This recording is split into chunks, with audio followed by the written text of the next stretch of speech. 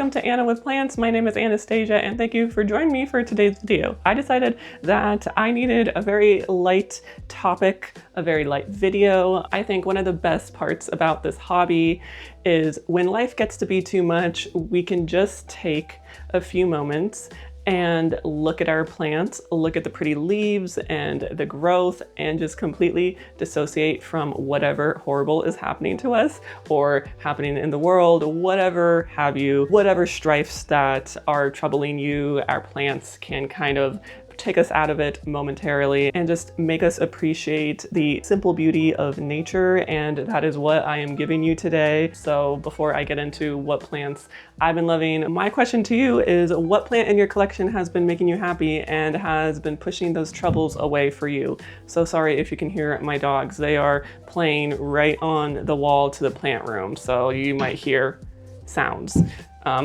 Like that. Cody, can you get them away from the wall, please? So the order of the video is going to be Hoya first, Anthurium next, and then we are ending on philodendron. There are 12 plants in total, and we're just gonna jump straight into the Hoya. I'm gonna go through the ones I have in ambient and then ending the ones that I have in the grow tent. First one here, I've talked about it quite a bit, so this will not be a surprise to those of you that have been tuning into my videos this spring. This is my Hoya caudata, and yes, I got her unwedged from my IKEA plant shelves finally. I hope none of the vines die, but we'll see. I have just been so happy that this is the year that she's finally bloomed for me. I got her, I want to say maybe 2 to 3 years ago, as a very small cutting, and I put her on a circle trellis and I've just been looping her around because anyone that owns a caudata knows that these Hoya can get quite unruly because they tend to push out tendrils like nobody's business. In terms of foliage, really, really pretty. It is pubescent. It's got some splash. Some leaves have more splash than others. It just kind of depends. The leaves are very rigid and the edges are very sharp and almost wavy, just like a little bit of wave going through them, and overall foliage is stunning. But the reason why it's been a favorite for me this spring is because the blooms, and if you don't know about these blooms, I'll go ahead and pop up a photo of one of my blooms. Up here, I think this bloom happened right after I got back from my trip in April or March. So yeah, she is currently in a DIY pond situation, like a chunky pond, and she's in semi-hydro. She's got a lot of roots in the reservoir. There's a lot of algae at the bottom. Don't mind that, but just been such a trooper. I think some of her peduncles are starting to bud up again. So this is one of them. You can see starting to bud up. And then there's one down here that's doing the same thing. Really stunning plant. It took a while to get her to bloom, but she's been a steady bloomer all spring, and I am so happy that she's in my collection. The next Hoya that I want to talk about has also started blooming for me for the first time, and I got this Hoya. I keep saying that July was the month that I bought all of those Hoya, but I look back on the video and it was actually in August, so my bad. I got this plant in August of last year, and this is the Hoya multiflora Wonderfill. These two were the original propagation leaves, and these are all of the leaves that have grown since. And let me show you the blooms. They are typical multiflora blooms, but I've been loving these so much. I love the shooting star blooms. I know they're not for everyone. Some people think that they're kind of creepy and whatnot, but I really love them. I don't think they really have a smell. To me, I don't think that's really a draw. I do love the foliage. It's really nice and like a mottled silver foliage. It is just kind of the best of both worlds with this plant because you have the beautiful silver foliage, but then you also have a plant that easily blooms. Multiflora are known to bloom early and easily, and this variety has been no exception. Can't say enough good things about it. I just have it in a tree fern pond mix. No complaints with this Hoya, and have been really enjoying these super pretty blooms. Moving on to the Hoya that I have in the grow tent, we're gonna start off with, I'm pretty sure this Hoya is common now, but I still love it, and I honestly love it more than its new version that came out. This is the Hoya Ganun Gadin. I used to have a pretty big one of this. I think right about this size when it got raw, and I decided to cut it back, and I kept this bottom cutting of it, and then so all of these leaves up top here have grown really maybe in like the last 8 months or so. The new variety of this is the Ghost, so the GGG, I believe, which are pretty too. It's really hard, in my opinion, to beat the OG foliage. I just think it's so pretty when you think about really bold veins. This is one of the Hoya that comes to mind. It also gets really beautifully sun-stressed. I've been having a little bit of a harder time doing that to this Hoya, even though it's close to T8s. It seems to want to keep its green foliage, which is fine with me. The reason why it's on my list is I was so happy when I checked in the grow tent and it actually bloomed for me. Let me show you where the peduncle was. Right here.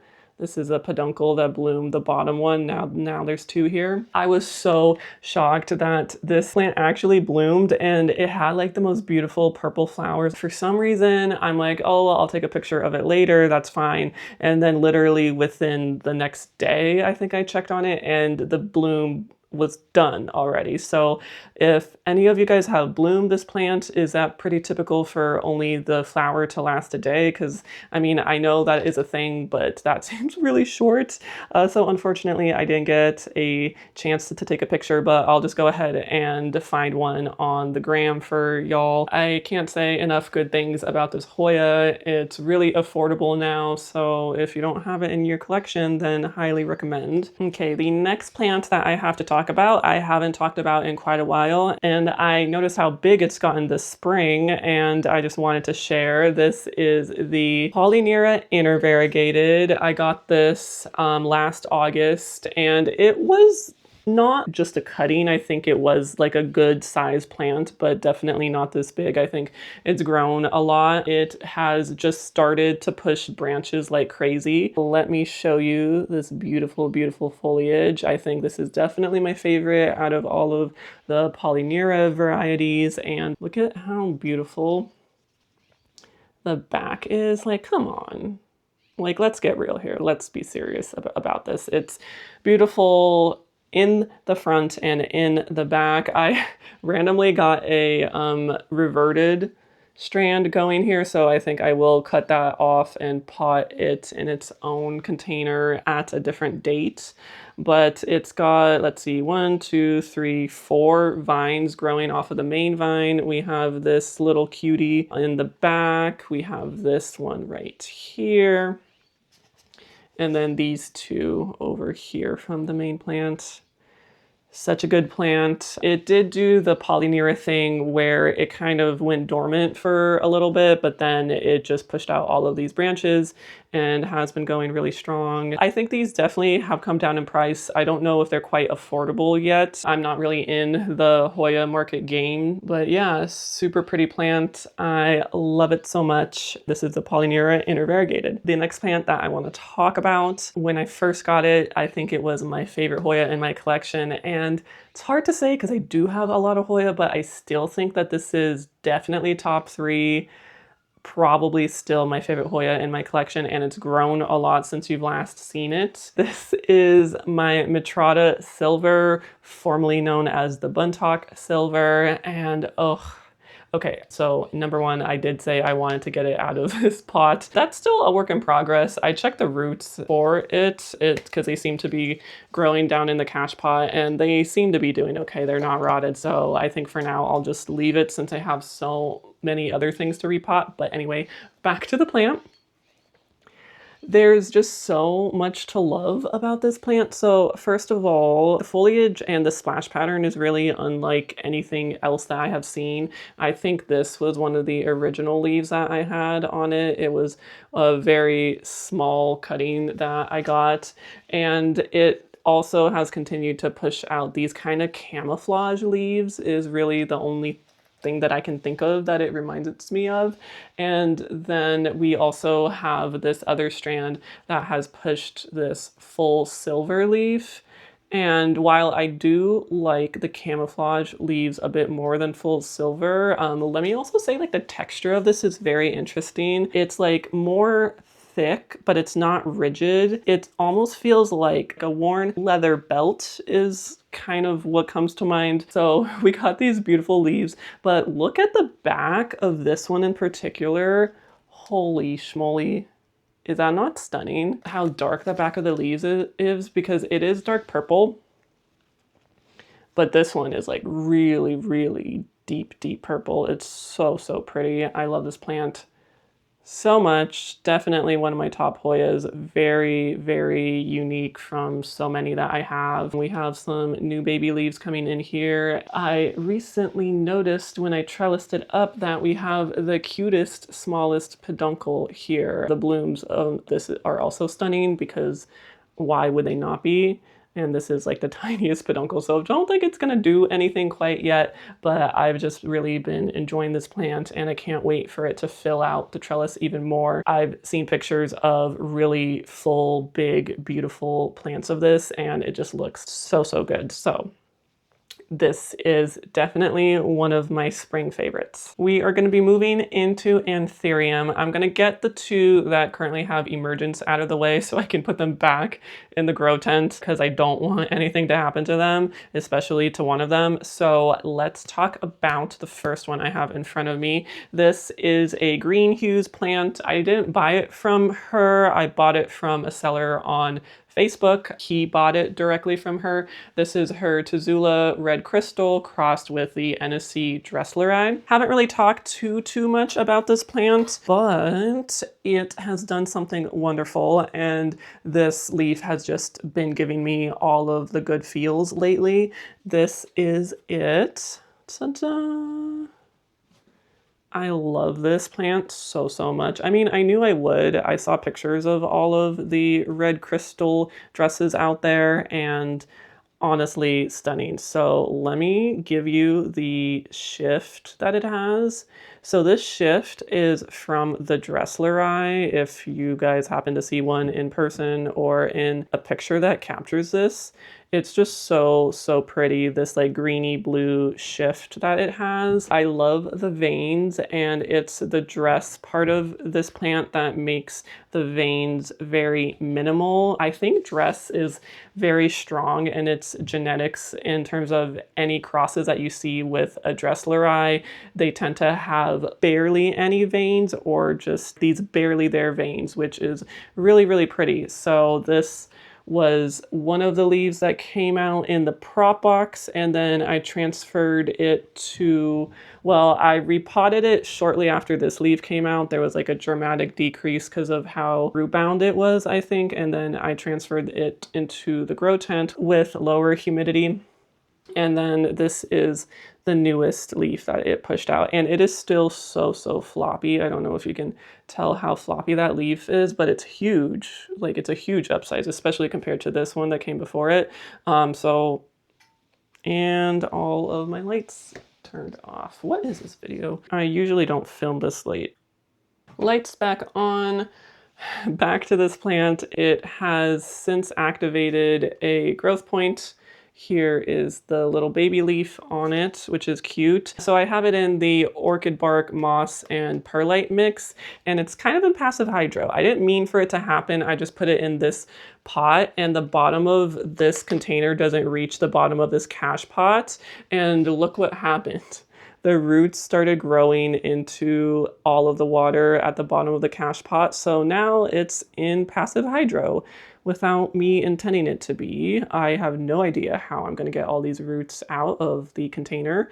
That is a problem for another day. I just wanted to show you just how beautifully stunning this emergent is. I cannot get over it. It's been making me so, so happy. The next anthurium I want to show you, when I bought it, was dubbed the most expensive plant that I ever purchased, and is still the most expensive plant I ever purchased. This was when I was really deep in the anthurium rabbit hole, and I was just buying everything up.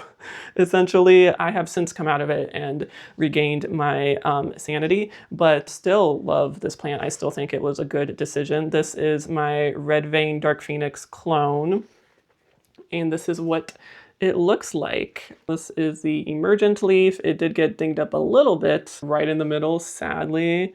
I have no idea how that happened, but oh well. Look how delicious that emergent is. Very dark, and it's got a definite red purpley hue. Super, super stunning. I love this plant so, so much, and it's so dark. These are the old leaves, and they are so, so dark. This one did get a bit of spider mite damage. If I bring it like really close to the camera, you can kind of see that. Afar, it still looks really good. This was the next one that it gave me without any spider mite damage. Hallelujah. Very velvety. I love the feel of this one. It's so beautiful. I love this plant so, so much. And just the fact that this bright light, because you can see how bright this light is on this plant, and this plant still looks this dark and is not being washed out. Have it in same mix as the last one. I do also really need to repot this one. The roots are starting to circle at the bottom. It's very well rooted. I can also see that it's getting ready to push another leaf, even though this one is still forming and it still has a ways to go. The caterpillar is getting quite big, and you can see it's ready to push another leaf. So this one, after it got acclimated to its environment and its new medium, it's just been such a strong grower for me, because it took me a long time to get this one to grow. The credit to that is just my new potting mix. It's been awesome on my anthurium. So Red Vein Dark Phoenix, so stunning, so beautiful, love it to bits. All right, next plant I want to talk about is a dock block plant. I got this from Rare Plant Fairy. Let's see, this is the Red Velvet Cake 24 crossed with Home Sweet Home 32. I initially got this one in particular because I really loved the veins. I thought the veins looked quite different out there of this one, and you would think that it's the other cross. What's it called? The Dark and Handsome cross, but it's actually not. This plant is just so, so dark. It is the most bluey purple plant that I have. This leaf is, again, long, hardened off, and you can see the veins are quite cool and almost like glass when it shatters in a way. That's kind of what it reminds me of, and hopefully you can see that bluey tone to it. This is another leaf that I have here, got a little bit warped. And then for some reason the emergent's facing this way, which is quite funny, but this is what the emergent looks like. Also very, very dark, and the veins when it emerges has more of that purple, and then when it hardens off, it still stays a bit red near the sinus. It has given me no trouble whatsoever. It also grows quite steadily and consistently, so no problems really that I can think of. Let me show you the root situation, which of course it also needs a repot. These roots are slightly smaller than the other two plants I showed you, but still look very good. Needs to get an upsize. So yeah, this is the dock block hybrid that I have been loving. Let's keep moving on with the anthurium. So we're going to talk about a BVEP next. This BVEP I grew from a teeny tiny seed. If I have the photo, I'll go ahead and post it here. And this was quite a while ago. I was really new to growing seeds. I probably should not have bought like a BVEP or an Antilocii as my first batch of seeds, but I did. I got it from Hoya Hole. It was a BVEP that he got from, I don't know if she's in the hobby anymore, but I believe her name was Bay Area Frogs, and I had a mishap with it last year. I unfortunately rotted it out. I rehabbed it in moss, and then now it's in my new anthurium mix, and I just gotta share this emergent with you guys because it's doing really, really well. And I've just been ogling. I've been ogling. Is that the word? Oogling? No, that sounds wrong. Ogling also sounds wrong. I don't know. I've been staring at this emergent for a while. It's dripping on me, but here y'all go. Gotta love BVEPs. The sheen is insane. It comes out as a beautiful autumnal, dark orangey, rusty color.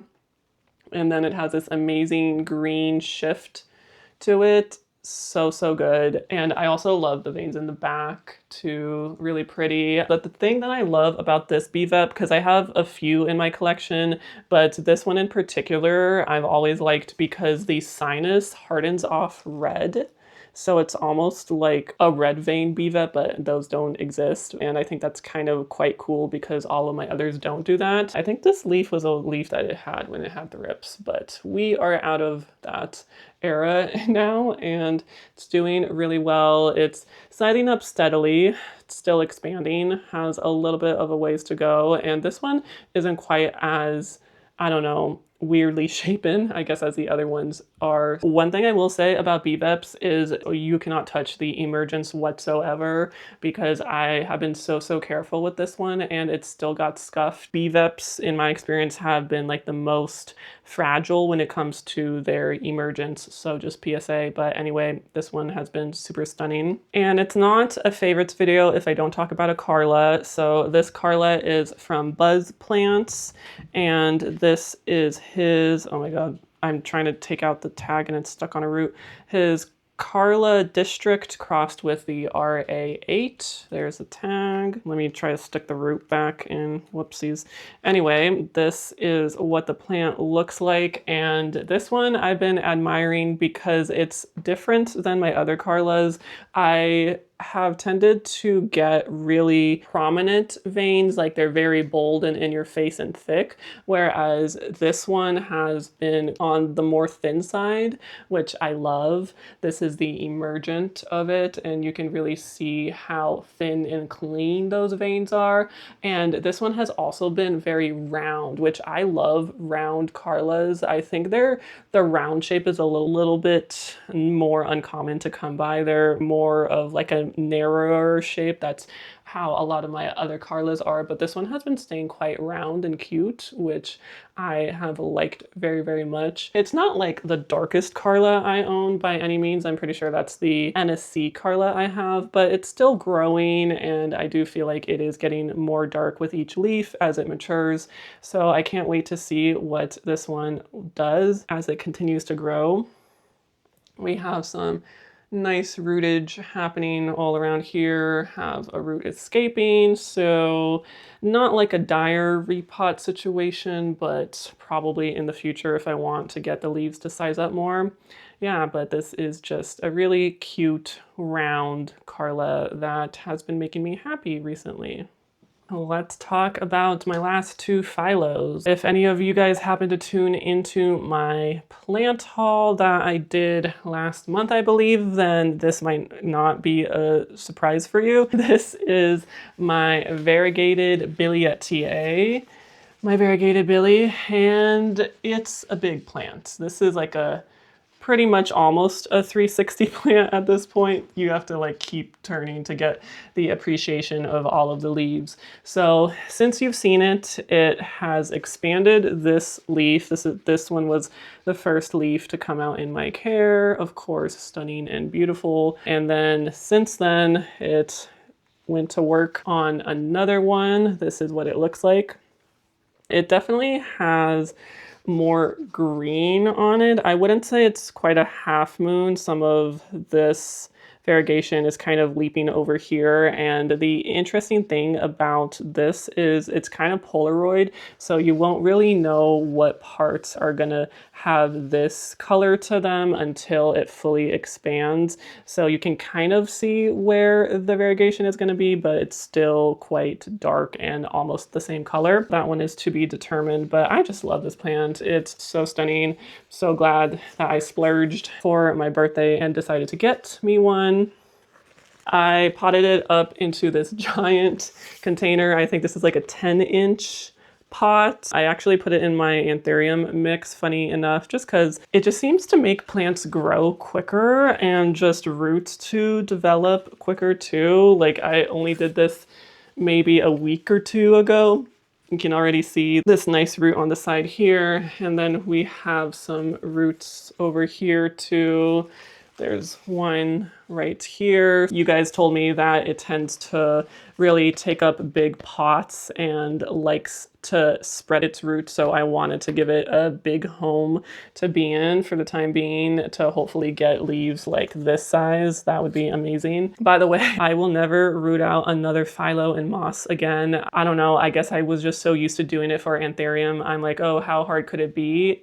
It took me well over half an hour to get all of the roots out of the moss I had it in. I'll go ahead and pop up a picture of it.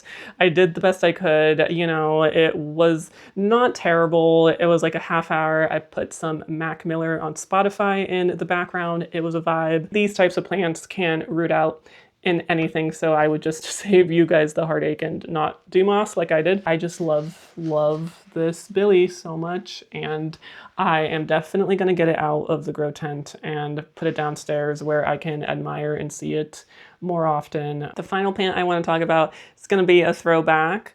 This is the Florida Beauty. And I recently put this into the tree fern pond mix. Well, probably not recently. It happened maybe like a month or two ago. And I put it on a moss pole. This is one of the very few plants I have that is on a moss pole. Initially, it took a bit of time for this one to get adjusted. It was a little bit of a more rough period. I decided to do like an experiment, and I put this plant in tree fern and pond, and then I put the Florida Ghost into the anthurium mix. The Florida Ghost lost no leaves, immediately started to grow roots and pop a leaf. That one had the best time. This one struggled a little bit in the tree fern pond mix. It lost a couple leaves. It took a while to root out, and finally it did push a leaf. And this leaf I've just been admiring coming out. This is what it looks like. It's so good. Look at that big patch of sectorial variegation. I love this plant so much. I know we're so over the Florida Beauty. I don't know. I feel like if you have a good one, it will never get old, in my opinion. If you have beautiful plants, I don't care how outdated they are, they're still so pretty. These are notorious for reverting, and this one has not done that so far, fingers crossed. I was hoping, because this one kind of sized down a little bit, and this one is a much bigger jump, thankfully. So yeah, it's just so pretty. In terms of rooting, you have some roots down at the bottom here, and then you also have one big root coming down the middle of the moss pole, which is nice. And you can see it's starting to work on a new leaf right there. It's going to push one. So this plant did recover, and it's doing well. Ironically, I kind of want to give an end of spring thought that I've just been continually having this last spring season. Oh, and by the way, all of the plants are done, so I'm just going to ramble for a bit. When I ended on the Florida Beauty, it reminded me of this thought that I kept having, which is when a plant falls out of fashion or out of popularity in the community, it's almost like, okay, moving on to the next thing, and people don't show the more common plants anymore. But in my opinion, I think the most beautiful thing is to see a plant that is no longer popular but grown beautifully, and it's huge and it's thriving. It doesn't matter if it's popular or not popular, like that plant is stunning, and it's been giving me more motivated to keep growing plants like this that are not really the it plant anymore. But just because it's not popular doesn't mean I love it any less. I did kind of neglect this whole genus for a while, but you know, that's another thing. My priorities kind of began to shift in spring, and I'm like, hey, I want to make these plants that I've had that I still love. You know, it might not be a popular plant, but if I grow it well, I think people will see the beauty that I see in it, if that makes any sense. That's just kind of where like my mind has been. And I'm curious if you guys also believe this, like if you love a plant that is no longer it anymore, but now you just have like a big, beautiful plant of it that you still love. Because that's the thing about the plant community, is like things that are now out of fashion will now go back into fashion. You just don't know. So it can be years. The plants that you have now might become popular again. So, you know, to just keep holding on to them if you love them, even though nobody wants to see them at the moment. I don't really have like a cohesive conclusion on this, but to just love what you love no matter what the trends are, and grow something big and beautiful that other people will be jealous of when it does come back into fashion at some point, you know? Anyway, just my 2 cents. So I hope you guys enjoyed this video and that you had a lovely spring. I wish you guys the best summer ever, and I will see you in the next video. Bye.